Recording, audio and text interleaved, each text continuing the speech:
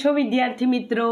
આજે આપણે ધોરણ 5માં વિષય આસપાસ એટલે કે પર્યાવરણમાં મૂલ્યાંકન એટલે કે જે પ્રથમ સત્રના પ્રશ્નપત્ર છે ગાલા અસાઇનમેન્ટના, એમાં આજે આપણે આસપાસ વિષયનું સોલ્યુશન જોવાના છે.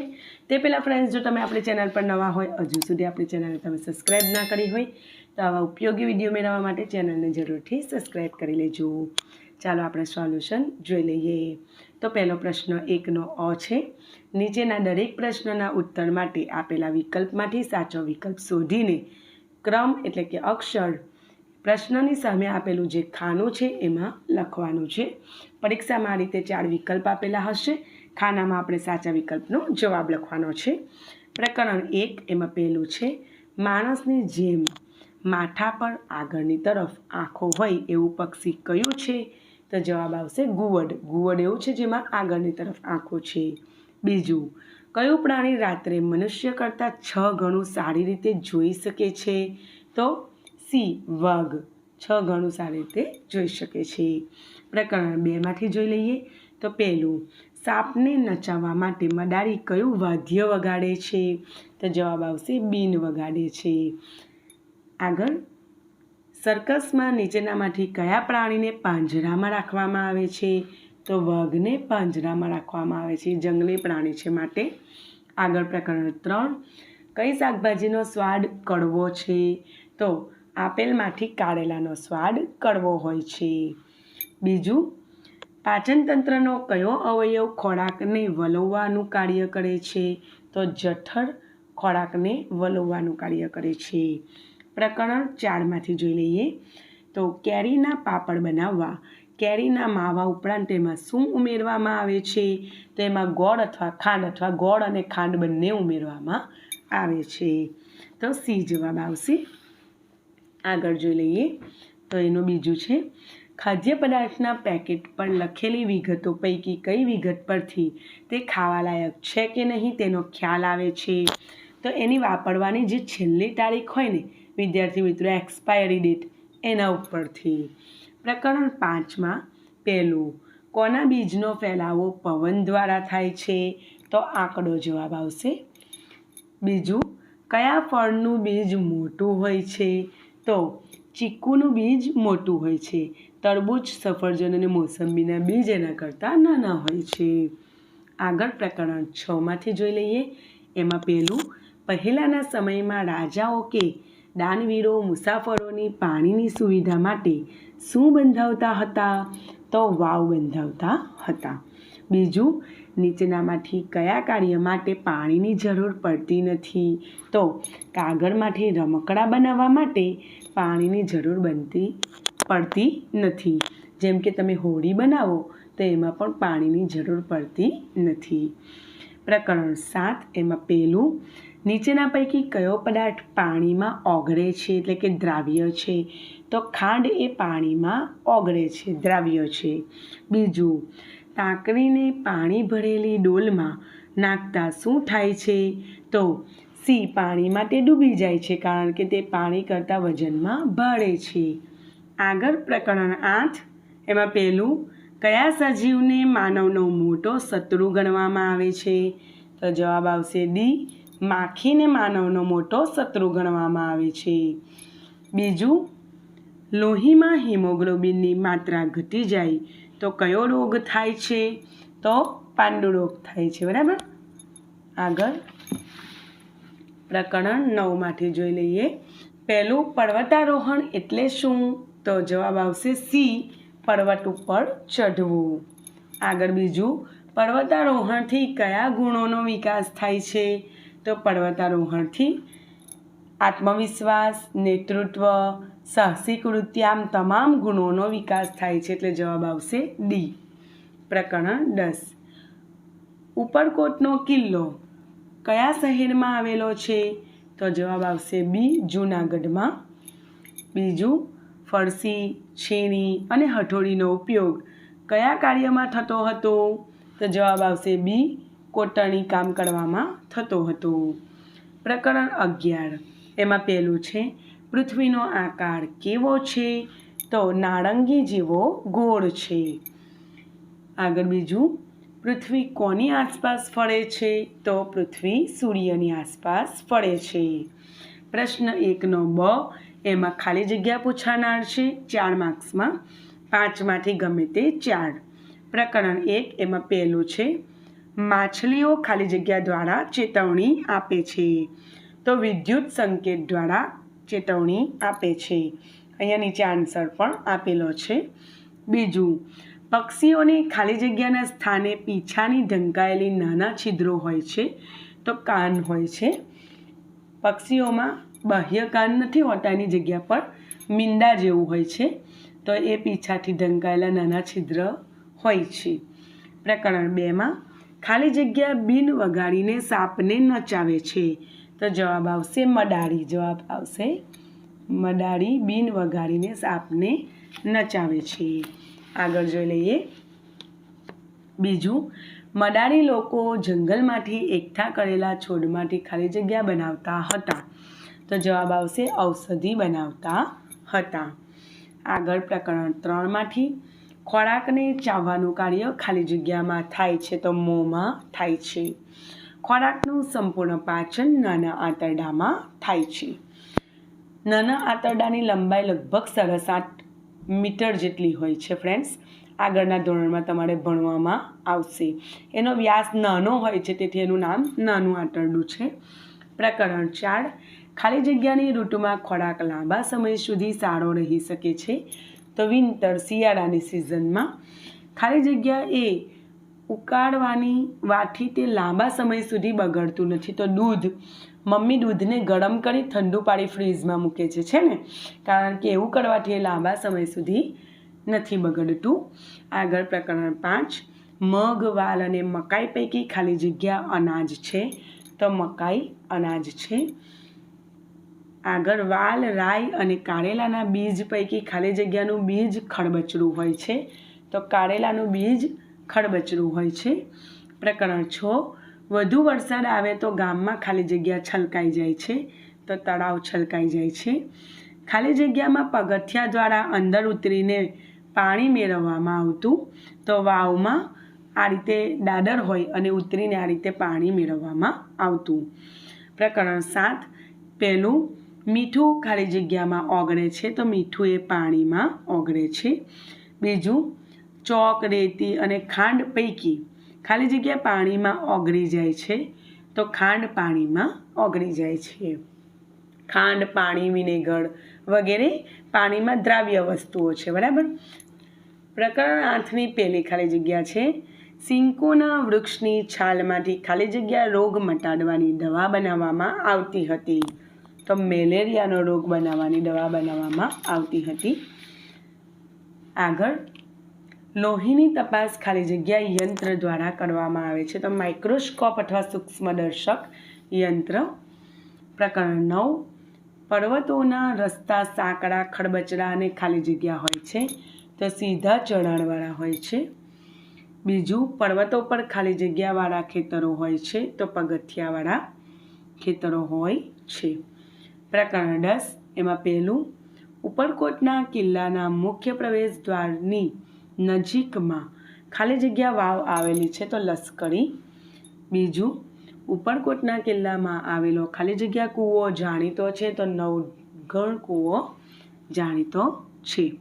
આગળ પ્રકરણ 11, એમાં પહેલું, ખાલી જગ્યાને પોતાનો પ્રકાશ નથી છતાં પણ પ્રકાશિત દેખાય છે. તો ચંદ્ર, એને પોતાનો પ્રકાશ નથી હોતો વિદ્યાર્થી મિત્રો, એ સૂર્ય પાસેથી બેટરીની જેમ ચાર્જ થાય છે દિવસ દરમિયાન અને રાત્રિ દરમિયાન આપણને પ્રકાશ આપે છે. બીજું, રાત્રે આકાશમાં ખાલી જગ્યા ઝબૂકતા જોવા મળે છે. તો તારા ઝબૂકતા જોવા મળે છે. આગળ પ્રશ્ન 2, પ્રશ્ન 2ના અમાં નીચેના વિધાનોમાંથી સાચા વિધાનો સામે ખડું કરવાનું છે, ખોટા વિધાનો સામે ખોટું કરીશું. તો 4 માર્ક્સમાં પૂછાનાર છે 4 વાક્યો. તો પ્રકરણ 1માંથી મચ્છરો આપણા શરીરની સુગંધથી આપણને શોધી લે છે. સાચું વાક્ય છે, ખડું. બીજું, મોટાભાગના પક્ષીઓની આંખો માથા પર આગળની તરફ હોય છે. ખોટું વાક્ય. બીજું, બધા સાપ ઝેરી હોય છે. ખોટું વાક્ય. મદારી ઝેરી સાપને ઓળખી શકે છે. સાચું વાક્ય, એના અનુભવથી ઓળખે. પ્રકરણ 3માં જીભ સ્વાદ પારખવાનું કામ કરે છે, સાચું. જઠરમાં ખોરાકનું સંપૂર્ણ પાચન થાય છે, ખોટું વાક્ય છે. આગળ જોઈશું. પ્રકરણ 4માંથી ખોરાક વાસી થવો એને ખોરાકનું બગડવું કહેવાય, સાચું. બીજું, કોઈ પણ વસ્તુના પેકેટ પર ફક્ત કિંમત જ લખવામાં આવે છે, ખોટું વાક્ય છે.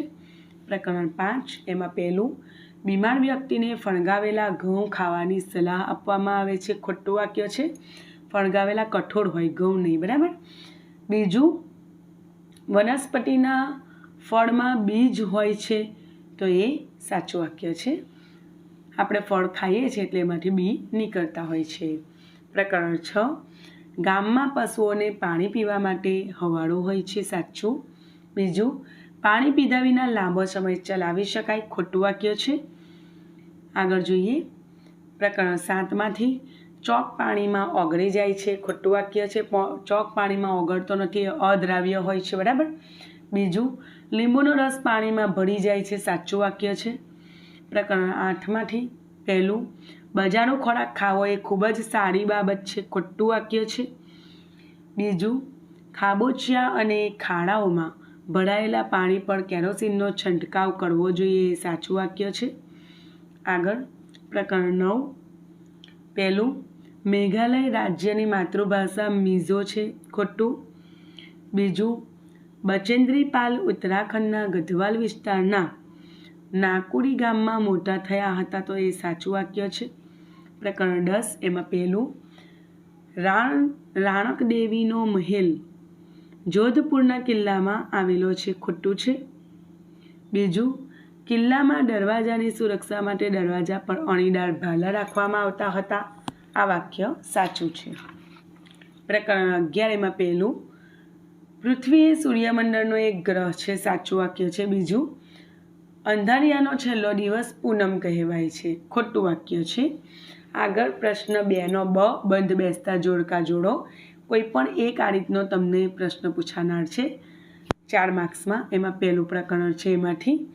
તો વિભાગ અમાં પ્રાણીનું નામ આપેલું છે, વિભાગ બીમાં એની ખાસિયત આપેલી છે.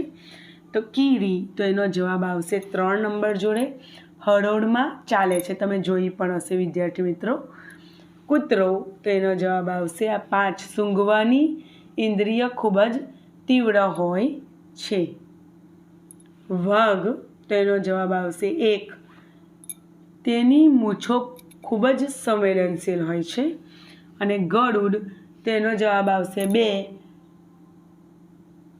ખૂબ જ દૂરનું જોઈ શકે છે. પ્રકરણ 2 એમાં પણ પ્રાણીનું નામ આપેલું છે અને આજીવિકા માટે તેનો ઉપયોગ કરતા લોકો એની સાથે એને જોડવાનું છે. તો પહેલું છે સાપ, તો મદારી એનો યુઝ કરે આજીવિકા મેળવવા માટે.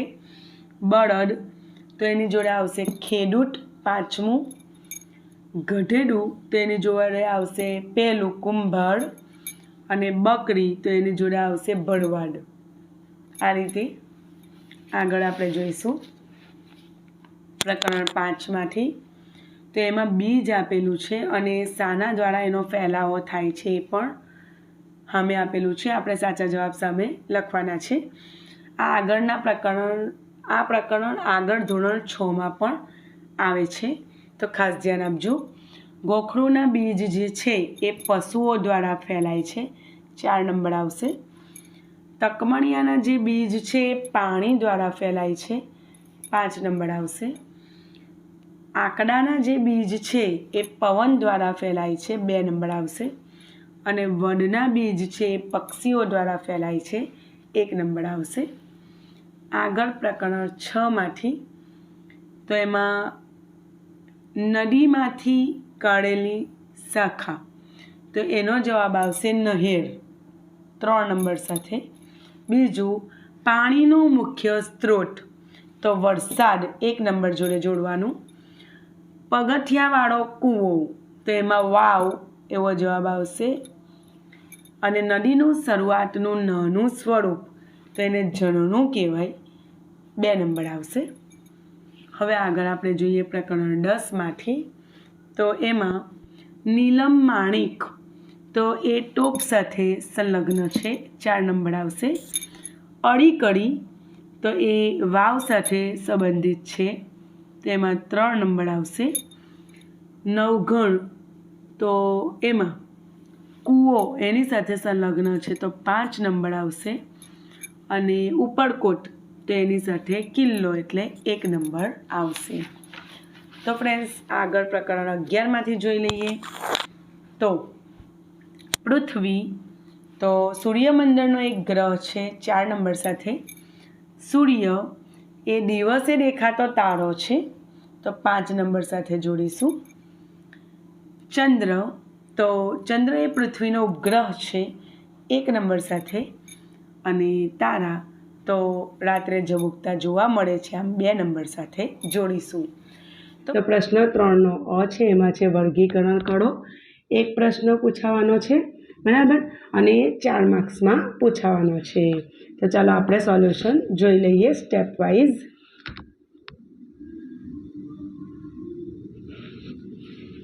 તો પ્રશ્ન 3નો અ એનો પહેલા પ્રકરણમાં છે વર્ગીકરણ કરો. એમાં છે નીચેના પ્રાણીઓનું કાન બહાર દેખાતા હોય તેવા અને પ્રાણીઓ અને કાન બહાર ન દેખાતા હોય એવા પ્રાણીઓમાં વર્ગીકરણ કરો.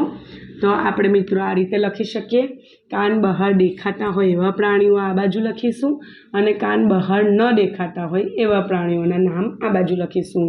તો આપણને એસાઇનમેન્ટમાં નામ આપેલા છે, એમાંથી જ આપણે આ નામ અલગ કરેલા છે. તો બિલાડી, હરણ, વાઘ, હાથી અને ગાય એના કાન બાહ્ય કાન જોઈ શકાય છે. જ્યારે સમડી, માછલી, મગર, કબૂતર, ગરોળી એના બાહ્ય કાન જોઈ શકાતા નથી, એમને કાનની જગ્યાએ મીંડા હોય છે. પ્રકરણ 5 એમાં નીચેના બીજનું અનાજ, કઠોળ અને તેલીબિયામાં આપણે વર્ગીકરણ કરવાનું છે. તો આપણે 3 ભાગ કરી દીધેલા છે. અહીંયા આપણે અનાજના નામ લખીશું, અહીંયા કઠોળના અને અહીંયા તેલીબિયાના નામ લખીશું. તમે આડું પણ લખી શકો છો. હવે અહીં જુઓ, અહીંયા આપણને નામ આપેલા છે, એમાંથી જ આપણે આ નામ લખેલા છે, વર્ગીકરણ કરેલું છે, અલગ કરેલું છે. તો અનાજમાં બાજરી, મકાઈ, ઘઉં, જુવાર, બંટી. કઠોળમાં ચણા, વાલ, મઠ અને તેલીબિયામાં તલ, એરંડા અને રાઈનો સમાવેશ થાય છે. હવે પ્રકરણ 7માંથી આપણે વર્ગીકરણ જોઈએ. તો એમાં નીચેના પદાર્થોનું પાણીમાં ઓગળી શકે એટલે કે દ્રાવ્ય છે અને પાણીમાં ન ઓગળી શકે એવા પદાર્થોમાં વર્ગીકરણ કરવાનું છે. તો આ રીતે મેં 2 ભાગ કરી દીધેલા છે. અહીં પાણીમાં ઓગળી શકે એટલે દ્રાવ્ય પદાર્થો, અહીં પાણીમાં ન ઓગળી શકે એટલે કે અદ્રાવ્ય પદાર્થોના નામ લખેલા છે. તો પાણીમાં ઓગળી જાય એમાં ખાંડ, સાકર, મીઠું, લીંબુનો રસ, દૂધ, મધ. અને પાણીમાં ન ઓગળે એમાં કાચ, તેલ, લાકડું, લોખંડ, ટાંકડી, પ્લાસ્ટિક વગેરેનો સમાવેશ થાય છે. એ રીતે પ્રકરણ 11 એમાં નીચે આપેલા પદાર્થોનું અવકાશીય પદાર્થો અને પૃથ્વી પરના પદાર્થોમાં આપણે વર્ગીકરણ કરવાનું છે. પૃથ્વી આપણો ગ્રહ છે, ધરતી, એના ઉપરનું વિચારીને તમારે લખવાનું. તો અવકાશીય પદાર્થોમાં સૂર્ય, ચંદ્ર, તારા, ઉલ્કા, ગ્રહો અને નક્ષત્રોનો સમાવેશ થાય છે. જ્યારે પૃથ્વી પરના પદાર્થોમાં પાણી, ઓક્સિજન, દરિયો, લાકડું, પેટ્રોલ, કેરોસીન વગેરેનો સમાવેશ થાય છે. તો આ રીતે તમે વર્ગીકરણ લખી શકો છો. આગળ જોઈશું. તો પ્રશ્ન 3નો બ છે આગળ. તો પ્રશ્ન 3ના બમાં માગ્યા મુજબ આપણે ઉત્તર લખવાના છે અને એ પણ 4 માર્ક્સમાં પૂછાવાનું છે. તો પ્રકરણ 1માંથી એવી 5 વસ્તુઓના નામ લખો જેની સુગંધ તમને ગમે છે અને જેની સુગંધ તમને ગમતી નથી. તો અહીં આપણને મને ગમે છે તે સુગંધ અને મને ન ગમતી સુગંધ એ રીતે ભાગ પાડેલા છે. વિદ્યાર્થી મિત્રો, અહીં તમે તમારી પસંદ પ્રમાણે અન્ય ઉદાહરણ પણ લખી શકો છો. તો મને ગમતી સુગંધમાં મેં ગુલાબના ફૂલની સુગંધ, સ્વાદિષ્ટ ભોજનની સુગંધ, અત્તરની સુગંધ, ભીની માટીની સુગંધ, અગરબત્તીની સુગંધ એમ લખેલું છે. અને મને ન ગમતી સુગંધમાં, એને દુર્ગંધ કહેવાય એકચ્યુઅલી, મને ન ગમતીમાં, તો એમાં ગંદા કચરાની ગંધ, છાણની ગંધ, ખુલ્લા ગટરની ગંધ, ગેસની ગંધ, માછલીની ગંધ તમે અન્ય તમને ન ગમતી વસ્તુના નામ પણ લખી શકો છો. પ્રકરણ 2માંથી નીચેના પ્રાણીઓ માણસને કયા કાર્યમાં ઉપયોગમાં આવે છે એ લખવાનું છે. તો ગાય ભેંસ દૂધ અને ખાતર માટે ઉપયોગી છે. બળદ ખેતીના કામ માટે ઉપયોગી છે. ઘોડો સવારી માટે અને ઘોડાગાડી માટે. ઘેટા ઊન માટે અને ગધેડું ભાર વહન માટે ઉપયોગી છે. પ્રકરણ 3માંથી જોઈ લઈએ તો નીચેના પાચન અંગોના એક કાર્ય લખવાના છે. અન્નનળી તો તે ખોરાકને મોંમાંથી જઠર સુધી પહોંચાડવાનું કાર્ય કરે છે. જઠર તે ખોરાકને વલોવવાનું કાર્ય કરે છે. તમે એક લીટીમાં અહીં સુધીનો જવાબ પણ લખી શકો. આગળ મેં થોડી વધારે માહિતી લખેલી છે. જઠરમાં ખોરાક સાથે પાચક રસ ભળે છે. તેમાં ખોરાકનું અંશતઃ પાચન થાય છે. અંશતઃ એટલે થોડુંક ઘણું પાચન થાય છે. ધોરણ 7માં પાછો આનો એક વિગતે પાઠ આવે છે. હવે આગળ નાનું આંતરડું તો તે મોટા ભાગના ખોરાકનું પાચન થાય છે. એટલે મોટા ભાગનું પાચન નાના આંતરડામાં પૂરું થઈ જતું હોય છે. મોટું આંતરડું તે ખોરાકમાંથી પાણીને શોષવાનું કાર્ય કરે છે. પ્રકરણ 4માંથી જોઈએ તો નીચેના કોષ્ટકમાં જુદા જુદા અથાણાં જેમાંથી બને એવા ફળ અને શાકભાજીના નામ છુપાયેલા છે અને એ આપણે લખવાનું છે. તો ફ્રેન્ડ્સ જુઓ આ રીતે અહીં આપેલું છે અને આમાંથી આપણે નામ શોધીને દાખલા તરીકે લીંબુ તો લીંબુની ઉપર આ રીતે આમ કરી અને અહીંયા લીંબુ લખવાનું એ રીતે. તો મેં અહીંયા નામ ડાયરેક્ટ લખેલા છે. તમારે તમારી અસાઇનમેન્ટમાં જોઈને રાઉન્ડ કરીને લખી શકો છો. તો ગાજર લીંબુ કેરી લીલા મરચાં ગુંદા આમળા કેળા અને લસણ. હવે પ્રકરણ 5માંથી આપણે જોઈ લઈએ તો દરેકના આપણે 2 બીજના નામ લખવાના છે. તો રસોડામાં મસાલા તરીકે વપરાતા બીજ તેમાં કાળા મરી જીરું ધાણા રાઈ અજમો મેથી ઘણા બધા આવે. આમાંથી તમારે કોઈ પણ 2 પરીક્ષામાં લખી દેવાના. બીજું શાકભાજીના બીજ તો ભીંડા ટામેટા કારેલા પરવળ વગેરે. બીજા પણ અન્ય આવે તમે કોઈ પણ 2 લઈ શકો છો. ફળોના બીજ તો સફરજન સંતરા કેરી તરબૂચ વગેરે. હલકા બીજ એટલે કે આપણે ફૂંક મારીએ અને ઉડી જાય એવા બીજ તેમાં વરિયાળી જીરું અજમો રાઈ વગેરે. અને ચપટા બીજ તેમાં તલ તરબૂચ અને કારેલાના બીજ ચપટા હોય છે. કોઈ પણ 2ના નામ તમે લખી શકો છો. આગળ આપણે પ્રકરણ 6માંથી જોઈ લઈએ તો ધરતી પર પાણી સૌ કોઈ માટે છે. તો પાણી બચાવવા માટેના 6 સૂત્ર લખવાના છે. તો અહીં મેં લખ્યું છે જળ છે તો જીવન છે. બીજું સૂત્ર પાણીને પાણી સમજી ન વેડફો. ત્રીજું ટીપે ટીપે સરોવર ભરાય છે. ચોથું પાણી આપણી અમૂલ્ય સંપત્તિ છે. પાંચમું પાણી જીવનનું અમૃત છે. છઠ્ઠું લખ્યું છે જલ હે તો કલ હે. અને સાતમું સેવ વોટર સેવ લાઈફ. તમે કોઈ પણ 6 લખી શકો છો.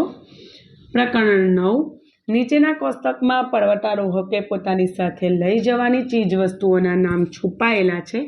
તો એમના નામો આપણે શોધીને લખવાના છે. તો અગાઉ પ્રકરણ 4ની જેવી પ્રવૃત્તિ હતી એ રીતે પ્રકરણ 9માં પણ આવું કોષ્ટક આપેલું છે. શોધીને એમાં ગોલ કરવાનું અને આમાં લખવાનું. આપણે ડાયરેક્ટ નામ અહીંયા દર્શાવેલા છે જવાબમાં. તો ખોરાકના પડીકા પ્લાસ્ટિક સીટ દોરડું રૂમાલ ચણા સાબુ રૂમાલ ડાયરી વગેરે. રૂમાલ 2 વખત લખાઈ ગયું છે. હવે આગળ પ્રકરણ 10માંથી આપણે જોઈ લઈએ તો ટૂંકનોંધ લખવાની છે. તેમાં અડી કડીની વાવનું લખવાનું છે. આ રીતે તમારે વિસ્તૃત ટૂંકનોંધ લખવાની રહેશે. તો પહેલું છે એમાં અડી કડીની વાવ ઉપરકોટ કિલ્લામાં આવેલી છે. આ વાવ 15મી સદીમાં બનાવવામાં આવેલી છે. આ વાવ એક જ પથ્થરમાંથી બનાવવામાં આવેલી છે. આ વાવ પૂર્વ પશ્ચિમ 310 ફૂટ લાંબી અને ઉત્તર દક્ષિણ 10.5 ફૂટની છે. અહીંયા વચ્ચે પોઈન્ટ પાડેલો છે 10.5 105ના લખી દેતા. તેનો કાંઠો ઘણો જ ઊંડો અને વિશાળ છે. આ વાવના કુલ 166 પગથિયા છે. તે સમયે કિલ્લામાં રહેતા જે લોકો આ વાવમાંથી પોતાની જરૂરિયાત મુજબનું પાણી મેળવતા હતા. અને બીજી ટૂંક નોંધ છે નવઘણ કૂવો. તો નવઘણ કૂવો ઉપરકોટ કિલ્લામાં આવેલો છે. આ કૂવો ચુડાસમા વંશના નવઘણ રાજાઓના સમયમાં બનેલો છે. મધ્યમાં કૂવો છે અને આ કૂવાની ફરતે સીડી છે. આ સીડી પર સૂર્યપ્રકાશ અને હવા આવી શકે તે માટે અમુક અંતરે મોટા પ્રમાણમાં જાળી વિનાની ખુલ્લી બારીઓ મૂકેલી છે. આ કૂવો 171 ફૂટ ઊંડો છે.